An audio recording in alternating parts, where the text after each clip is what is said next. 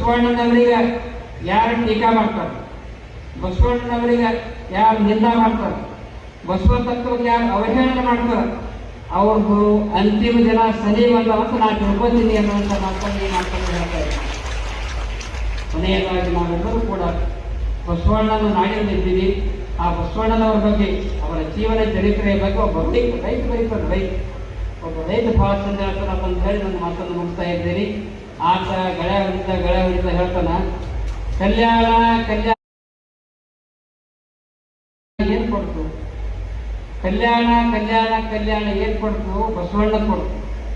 ಬಸವಣ್ಣ ಏನ್ ಕೊಟ್ರು, ಅನುಭವ ಮಂಟಪ ಕೊಡ್ತು. ಅನುಭವ ಮಂಟಪ ಏನ್ ಕೊಡ್ತು, ಶರಣರಿಗೆ ಕೊಡ್ತು. ಶರಣರು ಏನ್ ಕೊಟ್ಟರು, ವಚನಗಳು ಬರೆದರು. ವಚನಗಳು ಏನು ಹೇಳಿದ್ರು, ನುಡಿದಂಗೆ ನಡೀರಿ ಅಂದ್ರು. ನುಡಿದಂಗೆ ನಡೆದವ್ರು ಏನಾದ್ರು, ಧರಿಮ್ಯಾಗಿ ದೇವರಾದ್ರು, ಧರಿಮ್ಯಾಗಿ ದೇವರಾದ್ರು ಎನ್ನುವಂಥ ಮಾತನ್ನು ಒಬ್ಬ ಜಾನಪದ ಕವಿ ಈ ಮಾತನ್ನು ಬರಿತಾ ಇದ್ದಾನೆ. ಆ ದಿಶೆಯಲ್ಲಿ ಅಂತ ಅದ್ಭುತವಾಗಿರುವಂಥ ಅಧ್ಯಾತ್ಮದ ದಿವ್ಯ ಶಕ್ತಿ ಮಹಾತ್ಮ ಬಸವೇಶ್ವರರು ಇದೆ ಎನ್ನುವಂಥ ಮಾತನ್ನು ಈ ಸಂದರ್ಭದಲ್ಲಿ ಹೇಳಿ